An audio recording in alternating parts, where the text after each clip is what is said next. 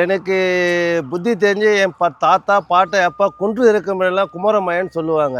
மலை இருந்தாவே கையெழுத்து கும்பிட்ற இந்த மாதிரி வாழ்ந்த அடிப்படையில் இந்த நபிகள் நாயகம்ன்றவர் எப்போ வந்தார்? இந்த பூமி தோன்ற சொல்லவே முருகர் வந்தார், சிவன் வந்தார், அணுவில் இருந்தது தான் நடராஜர். இந்த மாதிரி நம்ம வழிபாட சொல்ல இவருக்கு எப்படி எந்த நூற்றாண்டில் இவருக்கு சமாதி வச்சாங்க?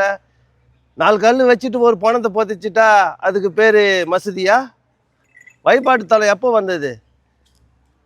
6 படை முருகர் விசேஷமான திருச்செந்தூர் திருப்பரங்குன்றம் முதல் படை வீடு. அந்த முதல் படை வீட்டில் எந்த நூற்றாண்டில் அவருக்கு சமாதி கட்டப்பட்டது?